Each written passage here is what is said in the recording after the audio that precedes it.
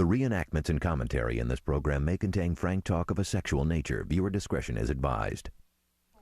Lies, lawyers, and Larry King. The heat gets cranked up just a notch. Hello, I'm James Curtis, and welcome to E's exclusive coverage of the Michael Jackson trial.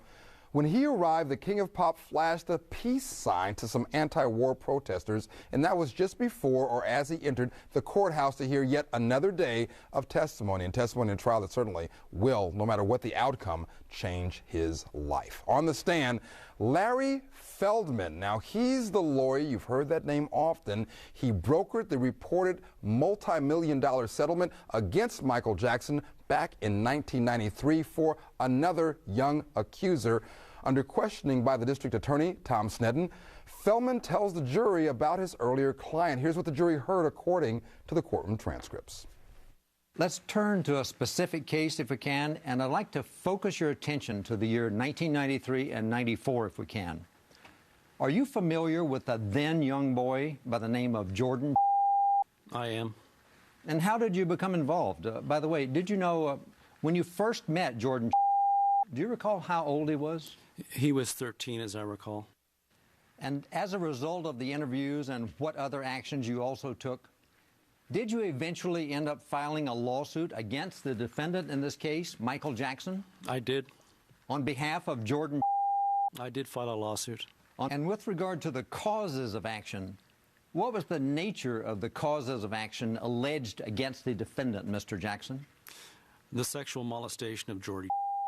Now, did that particular case, the case of versus Jackson, eventually result in a settlement? There was.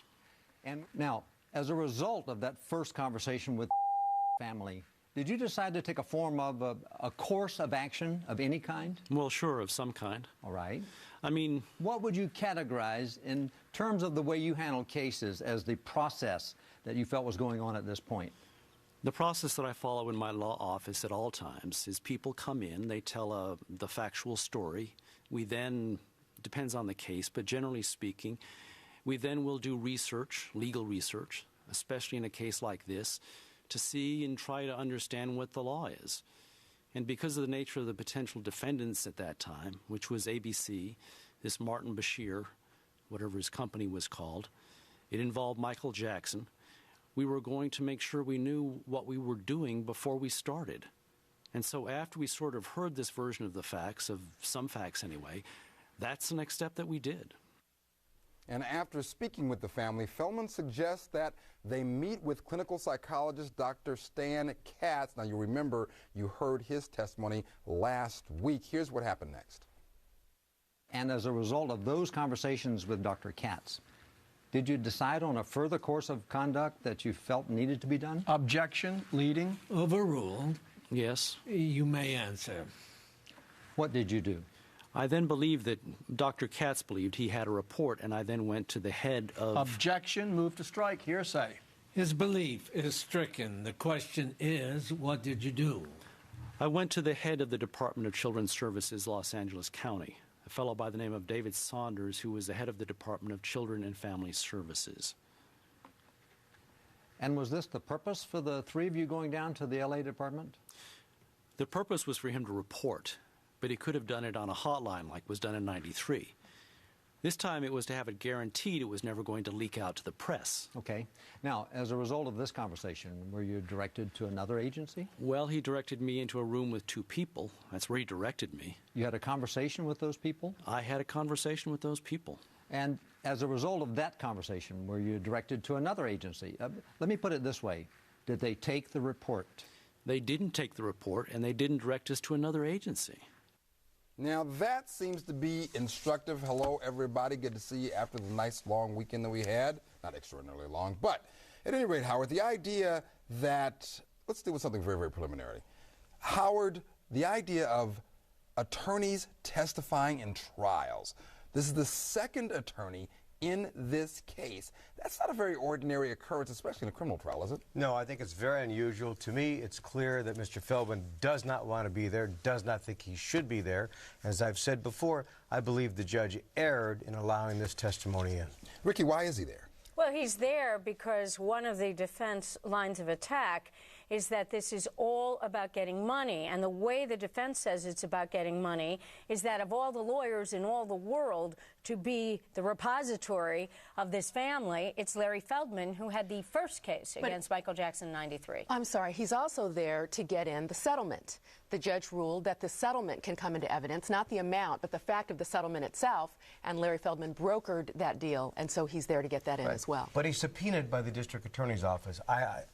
I don't believe for a minute Larry Feldman would have called Tom Sneddon up and volunteered to come in there and testify about this. Why? Because the settlement was confidential. The settlement is not admission of guilt. And Larry Feldman's a pretty experienced lawyer. There's no reason in the world for him to want to be there. He got subpoenaed, and he showed up, and he did what he was supposed to do. You know, one of the problems with cases like this, and Mr. Feldman is just the man in the middle, is that when lawyers get to use their clients, to get a deal for their client's benefit, Howard and Johnny Cochran on one side of that deal, Mr. Feldman on the other, part of the purpose of the deal is confidentiality. No one is going to know about this. When these explode by virtue of a subpoena 10 years later, it is not good for other lawyers for future clients. And we're going to explore that much more as we continue to hear more from Larry Feldman. He calls someone we all come to know. Now, after you left the agency, did you decide on a course of action? Yes. And was this regarding and connected with Dr. Katz's responsibility as a mandated reporter? Yes, because I felt he still hadn't reported because they didn't take the report. Objection. Objection. Move to strike. Non-responsive. After yes is stricken. All right. Who did you call? I called you. Okay. And as a result of that conversation, were you eventually contacted by somebody else? My recollection is that I was contacted by a police officer, or he may have been a sheriff. I don't know what he was, but he was some law enforcement person. Now, during the course of the conversation between you and I, did the subject of a civil lawsuit against Michael Jackson in connection with the substance of the mandated report come up? Yes. Objection. Leading. Overruled. The answer was yes. And in that connection, was there a representation made by you to me concerning a civil lawsuit? Yes. Objection. Leading. Overruled. The answer was yes. And with regard to that representation, and Your Honor, I'm offering this under 1250, what was said by you to me? No lawsuit. I would not file a lawsuit. There was no plans to file a lawsuit, and that you would investigate it and make up your own mind. Not you, but the police. Investigate it and make up your own mind. I don't know. It just sounds, and we're not hearing the actual words, even though these are the actual transcripted words. We're not hearing it from Feldman's mouth. It's not convincing me. I'm not really going with it, Howard, that they were going to let the district attorney make up his own mind. Well, look, it's interesting. Mr. Sneddon, we know, had a vendetta, I believe, against Michael Jackson. Right. And a lot of people subscribe to that, that theory. Mr. Feldman contacted Mr. Sneddon after L.A. County would make a report. He clearly believes Michael Jackson has done inappropriate things in the past. What I do think is fascinating is Mr. Feldman wouldn't pursue the civil remedy first. He listened to these people, he took them to L.A. County, and then he gave them over to the district attorney's office. I found that unusual, and perhaps he didn't have the same strength and conviction about this family that he did about the family 12 years ago. Go ahead. You let the government do its thing. I don't know. I think that Mr. Sneddon knows that the filing of a civil lawsuit, or even the threat of the filing of a civil lawsuit, is going to destroy the criminal case, because that's going to be the motivation. I don't think the jury is going to believe that there's not going to be a civil lawsuit filed, but I think at this point in the proceedings, as Sneddon and Feldman are talking, they both know that if a civil lawsuit is filed or it's even discussed, that's going to have a very negative impact on the criminal prosecution. And there brings in, with that kind of issue, we have the specter of the Kobe Bryant case, the civil lawsuit that apparently destroyed that criminal prosecution. And the 93 case here. And the 93 case here. And we'll talk about that a lot more in just a little while. Still ahead, Tom Mesereau can't believe his ears. He's not the only one. And what in the heck does Larry King have to do with this case anyway? Stay with us.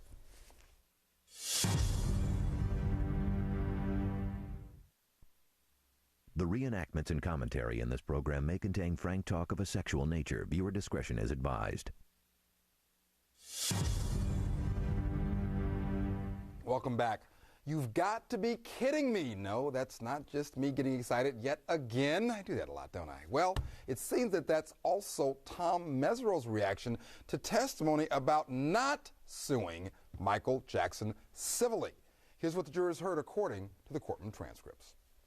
Mr. Feldman, if Gavin decided at some point in the future to sue Mr. Jackson for alleged sexual abuse, how much time would he have to file that action? I think he'd have till his 20th birthday. If Starr decided in the future to sue Mr. Jackson for alleged sexual abuse, how much time would he have to file that lawsuit? I think the answer is the same, 20. If at the end of this trial they were to decide, you know, we'd like to sue, they'd have plenty of time to do it, wouldn't they? They meaning the boy? Gavin. Not Janet. Gavin and Starr. The two boys. Yes. If they wanted to at the end of the trial, they could sue, sure. Isn't it true that a judgment of conviction in a criminal case for anything related to child molestation could be dispositive in a parallel civil suit alleged for the same facts? As long as it's a felony conviction, that's right. In other words, if Mr. Jackson were convicted of felony child molestation in this case, either Gavin or Starr could use that conviction to essentially win a civil case regarding similar alleged facts against Mr. Jackson. That's correct. Oh, he didn't want to give that up, did he? Next, could there be an even bigger pot of gold at the end of the litigation rainbow? Mr. Feldman, you've testified that you had filed as a lawyer for a notice of claim against Los Angeles County, correct? Correct. And the purpose of filing that notice of claim was to preserve the right to sue in the future if you desire to, correct? Correct. And you told the jury that at this point, in your opinion, Gavin and Starr still have time to file a lawsuit against Los Angeles County, correct? I believe that's right. The lawsuit you're referring to, if it ever occurred, would be separate and apart, or could be separate and apart from any lawsuit against Mr. Jackson in the future. True? I think it would have to be separate and apart. I don't think you could join the two, but it would be. I think the simple answer is yes. And as we speak then, those two young men still have a right to sue Mr. Jackson, and they still have a right to sue Los Angeles County in a separate action. True? True. Howard, this is just your day-to-day. I mean, not only do you know Feldman, and you've known him for quite some time, know him well, you represented, along with the Johnny Cochran firm, Johnny himself, Michael Jackson in the 1993 case. What are you taking away from all of this? Well, I'm taking away that this cross-examination of Mr. Feldman leads up to the fact that these people can file a lawsuit if there's a conviction here and prevail. I think, however, Mr. Mesereau's cross-examination gives the jury pause as to whether or not they want to accept the credibility of this witness. It's very good cross-examination. Is it working? It's really a classic. I think that Tom Mesereau, as I often say, is one of the great cross-examiners. And he's doing an outstanding job here. This is just classic, textbook, perfect. Yeah. Really what he's saying are simple facts. You already preserved the right to sue the County of Los Angeles, so we know you've at least thought about that. And you say you're not going to sue. You have no plans of suing. You never have even thought about suing Michael Jackson. But after all, they have till they're 20. And wouldn't it be great if they got a conviction here? Because then it's all done for you. It's a classic cross, and Larry Feldman has to say yes. Yeah. And it's interesting to me that L.A. County didn't do anything which forms the basis for this claim against L.A. County. Because you have to presume that L.A. County is impartial. They investigated this case and decided not to do anything about it. Santa Maria, and Tom Sneddon, on the other hand, not so impartial, had a completely different approach. That's at least the argument. Yes. Right. And that's going to be something that I don't think will be lost on these jurors. What does it mean that an agency not affiliated with this county, the county where this prosecution has taken place, decided they weren't going to pursue? Indeed, there was no wrongdoing found. Then all of a sudden, it's just not substantiated. It's more complicated than that there was no wrongdoing found. Well, it wasn't substantiated. The claim of wrongdoing was not substantiated. Okay. Ricky always saves me. Defense attorney Mesereau drives home the point. In a civil lawsuit, the poor might profit, but the rich would certainly get richer. Now, in Los Angeles County, you're known as one of the most successful plaintiff's lawyers, correct? Say it again for the press. I want to That's the nicest thing anybody's said about me in this case. Is that true? I think so. You've had numerous multi-million-dollar awards that you have obtained for your clients, correct? I have. You have numerous multi-million-dollar settlements you've obtained for your clients, correct? I have. And in most of those situations, you had what is called a contingency fee arrangement, correct? Oh, I'm sure. Yeah. Over the life of my legal career, that's absolutely right. And generally speaking, in a contingency fee arrangement, the plaintiff's lawyer in these cases, namely you, get a percentage of whatever is recovered for the client, true? Yes. And in a strict contingency fee arrangement, if the lawyer doesn't obtain any money for the client, the lawyer might not get paid anything, correct? Correct. So there's an incentive for that lawyer to get as big a recovery as possible, because the bigger the recovery for the client, the bigger the fee for the lawyer, correct? That's the theory. Now, a shocking charge from Tom Mesereau. Mr. Feldman, do you remember telling two individuals, Michael Viner and Larry King, that Janet is making up these allegations? Absolutely not. Are you kidding? Do you remember meeting with those two individuals at the Grill in Beverly Hills? No. Never met with him. Do you know who Michael Viner is? I couldn't pick him out. I know who he is. I think the answer is I wouldn't know him if he was sitting in the jury box, but I know who he is by name. He's a publisher or something, or writer, or I don't know. Viner Books, right? Something like that. I certainly know who Larry King is. You did have a meeting with him and Larry King, right? I have never had a meeting with Michael Viner in my life. So approximately 9 months ago, you didn't meet with Mr. King and Mr. Viner, correct? I absolutely have never had a meeting with Michael Viner in my life. Okay, and did you ever tell Larry King that these allegations against Mr. Jackson are false? Absolutely not. Little fiery there. Ricky Kleeman, let's try to clear something up and kind of get this thing laid out. First of all, in California, there are two charging documents. There's two phases or stages that things go through. There's a complaint initially, and then when the facts get refined, there's an indictment or an information. Okay, and what we have here is the complaint really stretches the days, because it brings us all the way back to February 7th and then into March 10th. But the indictment, which is based on what the grand jury hears, it's what these kids told the grand jurors, it brings it all the way down to February 20th. That's 2 weeks later. So getting back to the Los Angeles County, probably when Los Angeles County talked to these kids, there was no allegation of molestation for the grand jury. There may have been for the complaint. There may have been for the complaint, and that was probably the basis of going to L.A. County in the first place, those first set of dates, but they changed. Do facts change? We'll discover that and discuss that a little bit more. When we return, Larry King Revisited. We promise you a celebrity a day, only on ETV, and we deliver. Be right back.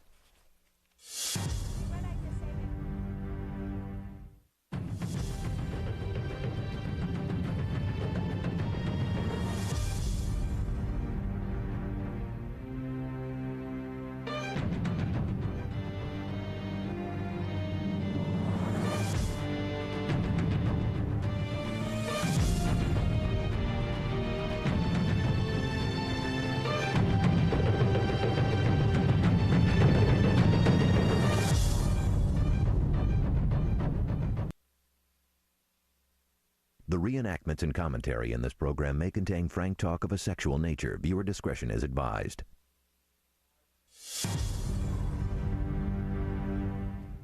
Welcome back. Fired up and firing back, District Attorney Tom Sneddon jumps into the suddenly volatile Larry King debate. Here's what the jurors heard according to the courtroom transcripts.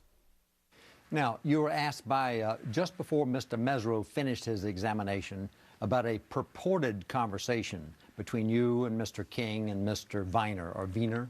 Viner. Viner? Viner is what he said. Yes, and do you recall any such meeting? I never met with Mr. Viner. I did once meet with Mr. King. I do remember meeting with Mr. King, but I can tell you there wasn't a meeting with Viner. Were there other people present? Well, we were in the delicatessen in Beverly Hills, so there were a lot of other people around. By Mr. King, you're talking about Larry King. Right. The guys on... We say hello to each other, we see each other, talk to each other, never having talked about this case, and they did want me to come on their program.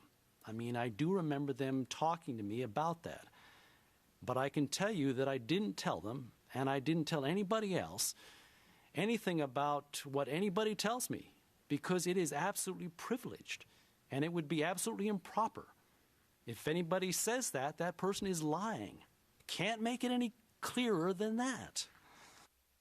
Well, Sean Chapman-Holly, it's privileged unless there are others present who also overhear the information, then no privilege. Right, and it's unclear, I guess, whether or not this Mr. Viner was there. That's going to be critical. We're going to see whether or not Mr. Mesereau can deliver on this. It's interesting, though, you spoke a while ago about these jurors in Santa Maria and whether or not they're going to be take a negative away from celebrities coming into this case. And you have to wonder whether or not they're looking at this Mr. Feldman, this fancy attorney, you know, having lunch with Larry King at the Grill in Beverly Hills, and whether or not, you know, they're kind of looking down at this whole thing. And I'm pretty sure that they don't believe that he doesn't have a lawsuit coming down the path. And whether they believe it or not, though, it really doesn't matter, does it, Ricky? Because the idea, as Sneddon, as Mesereau skillfully pointed out, whether you got to file now or not, it doesn't really matter because you can always file it later. You can always file it later, which is Mr. Mesereau's point. And, of course, all of us know who have dealt with these cases is that every prosecutor in America who knows there's a potential for a civil suit doesn't want it filed until the trial is over so that the witness can't look like the witness is biased. Ask Mark Hurlburt in Denver his undoing. Howard, final thought? Well, I hope Tom Mesereau produces Larry King because basically he's called Larry Feldman a liar, which I personally find hard to believe that Mr. Feldman would lie under oath as he did in this case. So unless he has Larry King coming in to say, Mr. Feldman told me that he didn't believe these kids or that there wasn't a case, from my perspective, that probably wasn't the best question to ask. Yeah, but come on, Sean. Sneddon's, I mean, Mesereau's not going to ask a question like that unless he's got some ammo. Yeah, he's got to have some ammo. It's going to be very interesting to see what develops here because it's critical at this point. Indeed it is, and one would hope that Mr. Mesereau would have an affidavit or something signed or a recording or something. All right, we're going to have to leave it right there. That's it for us for today, but be sure to watch our exclusive Michael Jackson trial coverage Monday through Friday, 7:30 p.m. That's a new time, folks, 7:30, and for a preview, a sneak peek, if you will, of tomorrow's reenactments, check it out, eonline.com. Go ahead.